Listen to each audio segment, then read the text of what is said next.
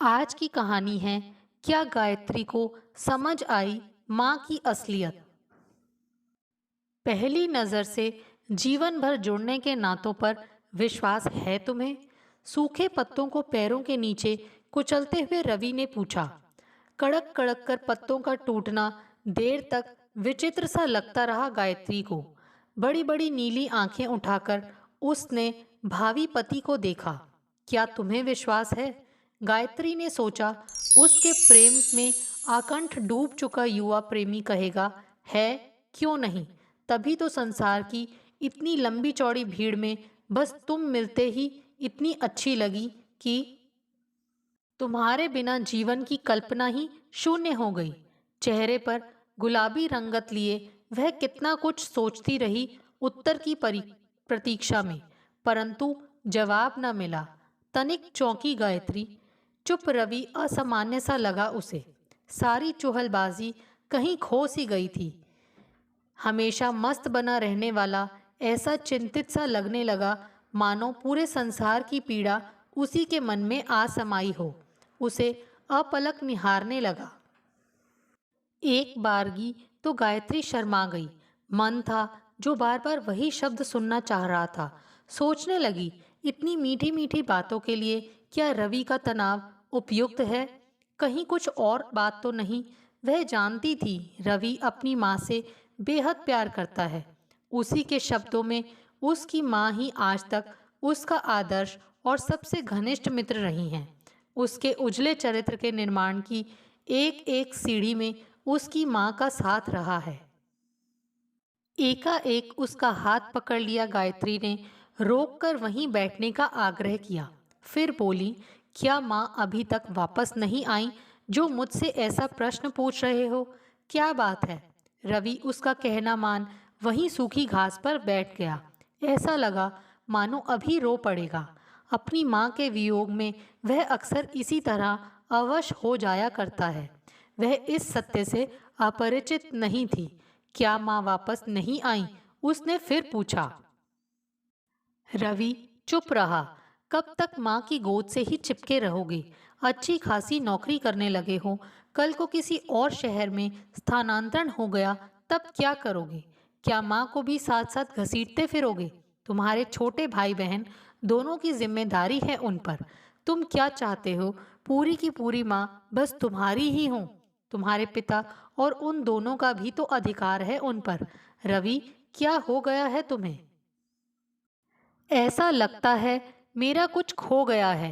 जी ही नहीं लगता गायत्री। पता नहीं मन में क्या क्या होता रहता है। तो जाकर माँ को ले आओ ना।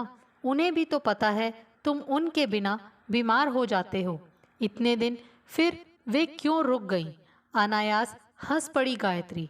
धीरे से रवि का हाथ अपने हाथ में लेकर सहलाने लगी। शादी के बाद क्या करोगे? तब मेरे हिस्से का प्यार क्या मुझे मिल पाएगा? अगर मुझे ही तुम्हारी माँ से जलन होने लगी तो? हर चीज़ की एक सीमा होती है।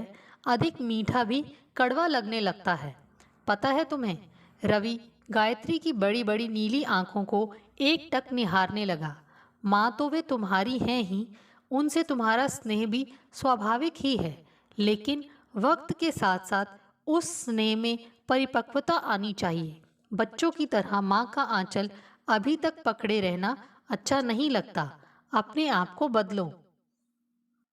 मैं अब चलूं?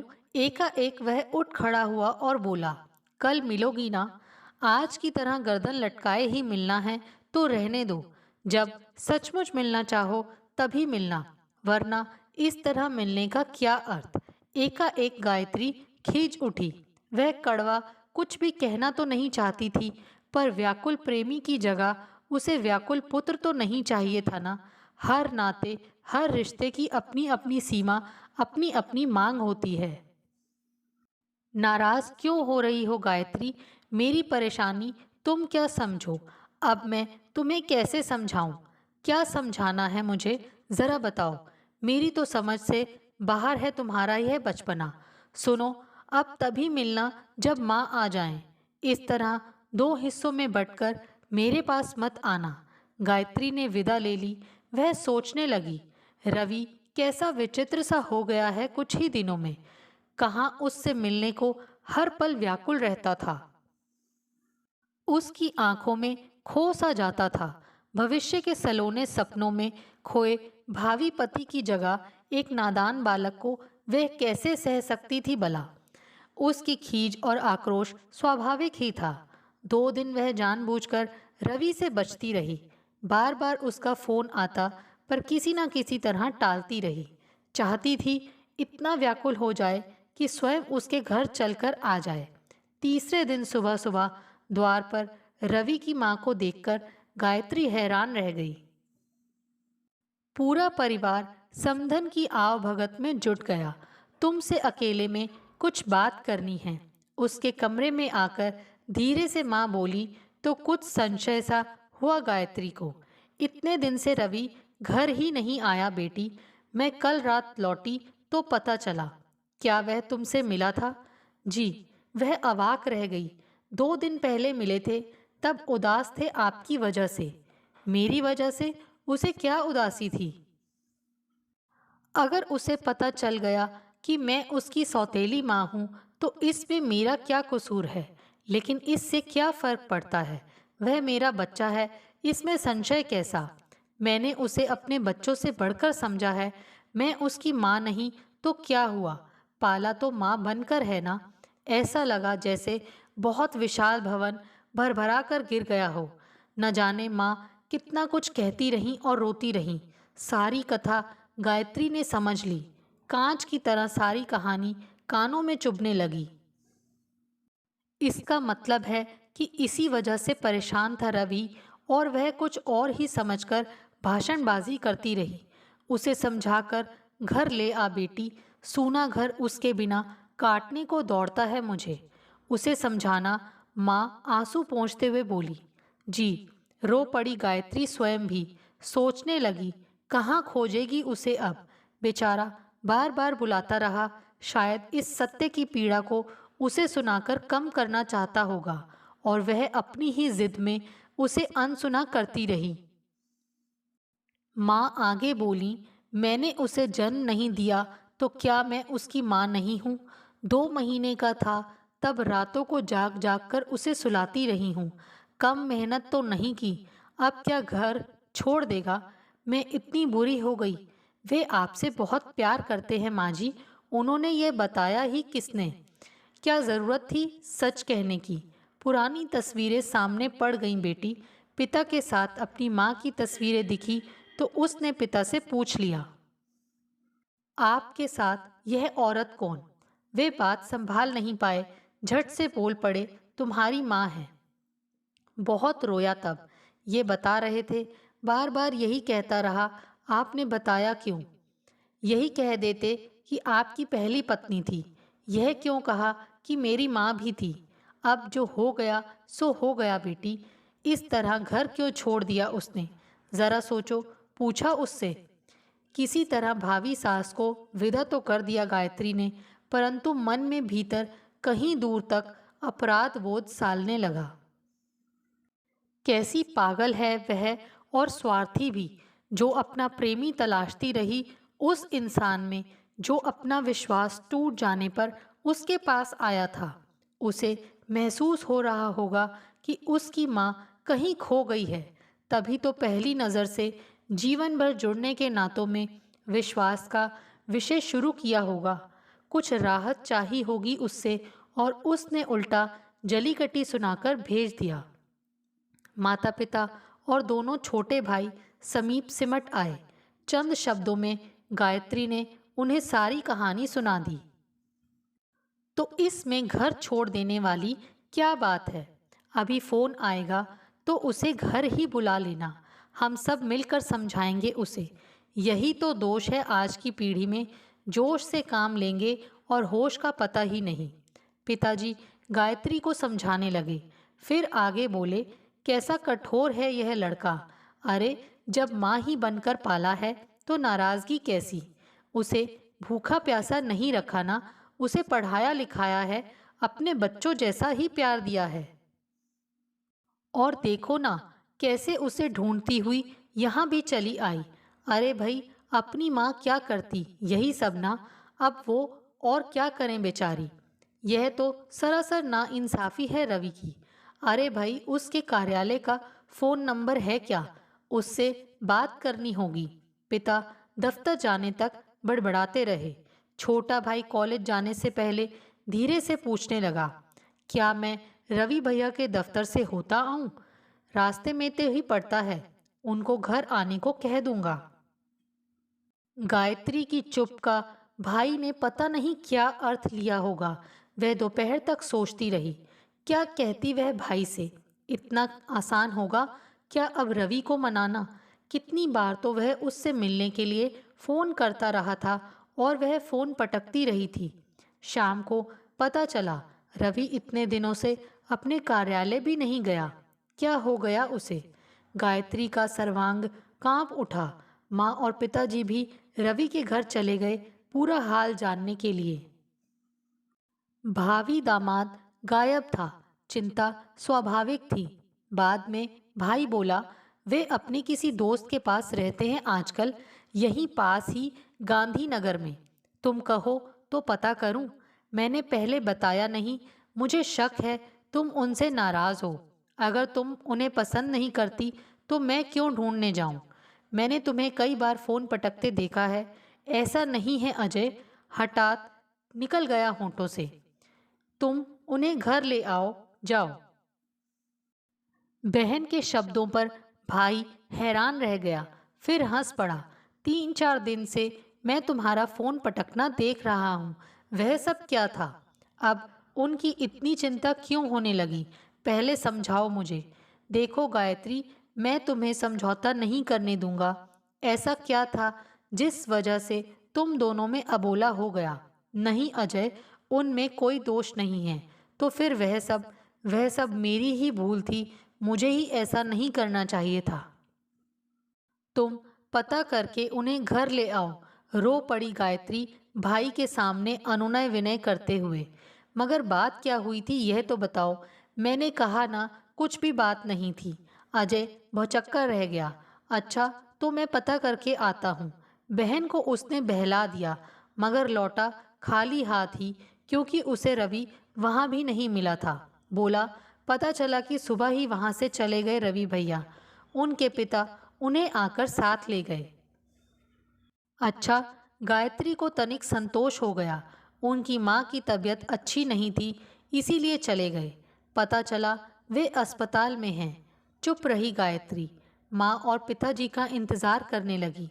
घर में इतनी आज़ादी और आधुनिकता नहीं थी कि खुलकर भावी पति के विषय में बातें करती रहे, और छोटे भाई से तो कदापि नहीं। जानती थी भाई उसकी परेशानी से अवगत होगा, और सचमुच वह बार बार उससे कह भी रहा था, उनके घर फ़ोन करके देखूं तुम्हारी सास का हालचाल। रहने दो, अभी माँ आएंगी तो पता चल जाएगा। तुम भी तो रवि भैया के विषय में पूछ लो ना।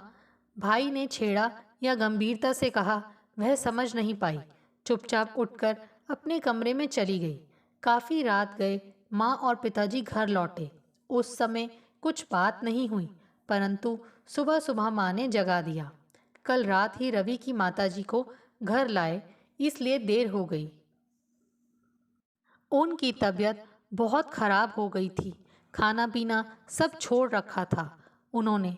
रवि माँ के सामने आ ही नहीं रहा था। पता नहीं क्या हो गया इस लड़के को। बड़ी मुश्किल से सामने आया। क्या बताऊं, कैसे बुत बना टुकुर टुकुर देखता रहा। माँ को घर तो ले गया है, परंतु कुछ बात नहीं करता। तुम्हें बुलाया है उसकी माँ ने। आज अजय के साथ चली जाना। मैं हैरान रह गई। गायत्री, कोई बात नहीं। शादी से पहले पति के घर जाने का रिवाज हमारी बिरादरी में नहीं है, पर अब क्या किया जाए। उस घर का सुख दुख अब इस घर का भी तो है ना। गायत्री ने गर्दन झुका ली। कॉलेज जाते हुए भाई उसे उसकी ससुराल छोड़ता गया। पहली बार ससुराल की चौखट पर पैर रखा, ससुर सामने पड़ गए। बड़े स्नेह से भीतर ले गए। फिर ननद और देवर ने घेर लिया। रवि की माँ तो उसके गले से लगकर जोर जोर से रोने लगी। बेटी, मैं सोचती थी कि मैंने अपना परिवार एक गांठ में बांध कर रखा है। रवि को सगी माँ से भी ज्यादा प्यार किया है। मैं कभी सौतेली नहीं बनी। अब वह क्यों सौतेला हो गया? तुम पूछ कर बताओ। क्या पता तुमसे बात करे। हम सबके साथ वह बात नहीं करता। मैंने उसका क्या बिगाड़ दिया जो मेरे पास नहीं आता? उससे पूछ कर बताओ गायत्री। विचित्र सी व्यथा उभरी हुई थी पूरे परिवार के चेहरे पर। जरा सा सच ऐसी पीड़ादायक अवस्था में ले आएगा, किसने सोचा होगा?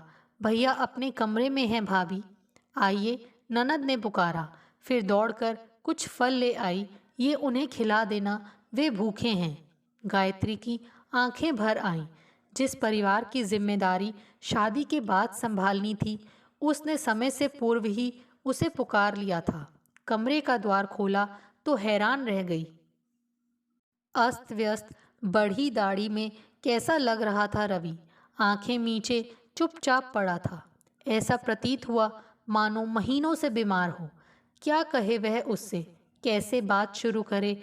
नाराज होकर उसका अपमान भी कर दिया तो क्या होगा?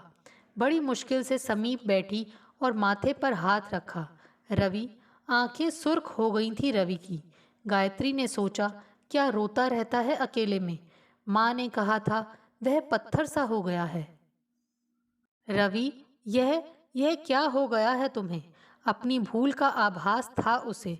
बात होठों से निकल गया। मुझे माफ कर दो। मुझे तुम्हारी हर बात सुननी चाहिए थी। मुझसे ऐसा क्या हो गया? यह नहीं होना चाहिए था। सहसा स्वर घुट गया गायत्री का। वह रवि जिसने कभी उसका हाथ भी नहीं पकड़ा था, अचानक उसकी गोद में सिर छिपाकर जोर जोर से रोने लगा। उसे दोनों बाहों में कस के बांध लिया। उसे इस व्यवहार की आशा कहाँ थी? पुरुष भी कभी इस तरह रोते हैं? गायत्री को बलिष्ठ बाहों का अधिकार निष्प्राण करने लगा। यह क्या हो गया रवि को? स्वयं को छुड़ाए भी तो कैसे? बालक के समान रोता ही जा रहा था रवि। रवि बस हिम्मत करके उसका चेहरा सामने किया। ऐसा लगता है मैं अनाथ हो गया हूँ। मेरी माँ मर गई है गायत्री। मेरी माँ मर गई है। उनके बिना कैसे जिंदा रहूं? कहाँ जाऊं बताओ? उसके शब्द सुनकर गायत्री भी रो पड़ी।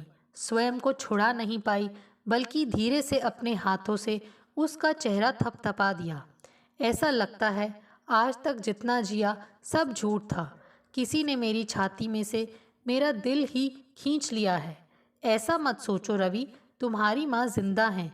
वे बीमार हैं। तुम कुछ नहीं खाते तो उन्होंने भी खाना पीना छोड़ रखा है। उनके पास क्यों नहीं जाते? उनमें तो तुम्हारे प्राण अटके हैं ना। फिर क्यों उन्हें इस तरह सता रहे हो? वे मेरी माँ नहीं हैं, पिताजी ने बताया। बताया तो क्या जुर्म हो गया? एक सच बता देने से सारा जीवन मिथ्या कैसे हो गया? क्या? रवि टुकुर टुकुर उसका मुंह देखने लगा। क्षण भर को हाथों का दबाव गायत्री के शरीर पर कम हो गया। वे मुझ बिन माँ के बच्चे पर दया करती रहीं। अपने बच्चों के मुंह से छीन मुझे खिलाती रहीं। इतने साल मेरी परछाई बनी रहीं। क्यों? दयावश ही ना। वे मेरी सौतेली माँ हैं। दया इतने वर्षों तक नहीं निभाई जाती रवि। 2-4 दिन उनके साथ रहे हो क्या जो ऐसा सोच रहे हो? वे बहुत प्यार करती हैं तुमसे। अपने बच्चों से बढ़कर हमेशा तुम्हें प्यार करती रहीं। क्या उसका मोल इस तरह सौतेला शब्द कहकर चुकाओगे? कैसे इंसान हो तुम? एकाएक उसे परे हटा दिया गायत्री ने। बोली, उन्हें सौतेला जान। जो पीड़ा पहुंची थी उसका इलाज उन्हीं की गोद में है रवि, जिन्होंने तुम्हें पाल पोस कर बड़ा किया। मेरी गोद में नहीं, जिससे तुम्हारी जान पहचान कुछ ही महीनों की है। तुम अपनी माँ के नहीं हो पाए तो मेरे क्या होगे? कैसे निभाओगे मेरा साथ? लपक कर उसका हाथ पकड़ लिया रवि ने। मैं अपनी माँ का नहीं हूँ? तुमने यह कैसे सोच लिया? तो उनसे बात क्यों नहीं करते? क्यों इतना रुला रहे हो उन्हें? हिम्मत नहीं होती उन्हें, या भाई बहन को देखते ही कानों में सौतेला शब्द गूंजने लगता है। ऐसा लगता है मैं दया का पात्र हूँ। दया के पात्र तो वे सब बने पड़े हैं तुम्हारी वजह से। मन से ये वहम निकालो और माँ के पास चलो। आओ मेरे साथ। ना, रवि ने गर्दन हिला दी इनकार में। माँ के पास नहीं जाऊंगा। माँ के पास तो कभी नहीं। इसकी वजह क्या है, मुझे समझाओ। क्यों नहीं जाओगे उनके पास? क्या महसूस होता है उनके पास जाने से? एकाएक स्वयं ही उसकी बाँह सहला दी गायत्री ने। निरीह असहाय बालक सा वह अवरुद्ध कंठ और डबडबाए नेत्रों से उसे निहारने लगा। तुम्हें 2 महीने का छोड़ा था तुम्हारी माँ ने, उसके बाद इन्होंने ही पाला है ना। तुम तो इन्हें अपना सर्वस्व मानते रहे हो। तुम ही कहते थे ना, तुम्हारी माँ जैसी माँ किसी की भी नहीं है। जब वह सच सामने आ ही गया तो उससे मुंह छिपाने का क्या अर्थ? वर्तमान को भूत में क्यों मिला रहे हो? अब तुम्हारा कर्तव्य शुरू होता है रवि। उन्हें अपनी सेवा से अभिभूत करना होगा। कल उन्होंने तुम्हें तन मन से चाहा, आज तुम चाहो। जब तुम निसहाय थे उन्होंने तुम्हें गोद में ले लिया था। आज तुम यह प्रमाणित करो कि सौतेला शब्द गाली नहीं है। यह सदा गाली जैसा नहीं होता। बीमार माँ को अपना सहारा दो रवि। सच को उसके स्वाभाविक रूप में स्वीकार करना सीखो। उससे मुंह मत छिपाओ। माँ, मुझे इतना अधिक क्यों चाहती रही गायत्री? मेरे मन में सदा यही भाव जागता रहा कि वे सिर्फ मेरी हैं। छोटे भाई बहन को भी उनके समीप नहीं फटकने दिया। माँ ने कभी विरोध नहीं किया। ऐसा क्यों गायत्री? कभी तो मुझे परे धकेलती, कभी तो कहती कुछ। रवि फिर भावुक होने लगा। हो सकता है वे स्वाभाविक रूप में ही तुम्हें ज़्यादा स्नेह देती रही हूँ। तुम सदा से शांत रहने वाले इंसान रहे हो। उदंड होते तो ज़रूर डांटती, किंतु बिना वजह तुम्हें परे क्यों धकेल देती? गायत्री, मैं इतना बड़ा सच सह नहीं पा रहा हूँ। मैं सोच भी नहीं सकता। ऐसा लगता है पैरों के नीचे से जमीन ही सरक गई हो। क्या हो गया है तुम्हें? इतने कमज़ोर क्यों होते जा रहे हो? कुछ ऐसी स्थिति चली आई, शायद उसका यही इलाज भी था। स्नेह से गायत्री ने स्वयं ही अपने समीप खींच लिया रवि को। कोमल बाहुपाश में बांध लिया। भर्राए स्वर में गिला भी किया रवि ने। यही सब सुनाने तुम्हारे पास भी तो गया था। सोचा था तुमसे अच्छी कोई और मित्र कहाँ होगी। तुमने सुना नहीं। मैं कितने दिन इधर उधर भटकता रहा। मैं कहाँ जाऊं, कुछ समझ नहीं पाता। माँ के पास चलो। आओ मेरे साथ। मैं जानती हूँ उन्हीं के पास जाने को छटपटा रहे हो। चलो उठो। रवि चुप रहा। भावी पत्नी की आंखों में कुछ ढूंढने लगा। गायत्री तनिक गुस्से से बोली, जीवन में बहुत कुछ सहना पड़ता है। यह जरा सा सच नहीं सह पा रहे तो बड़े बड़े सच कैसे सहोगे? आओ मेरे साथ चलो। रवि खामोशी से उसे घूरता रहा। देखो, आज तुम्हारी माँ इतनी मजबूर हो गई हैं कि मेरे सामने हाथ जोड़े हैं उन्होंने। तुम्हें समझाने के लिए मुझे बुला भेजा है।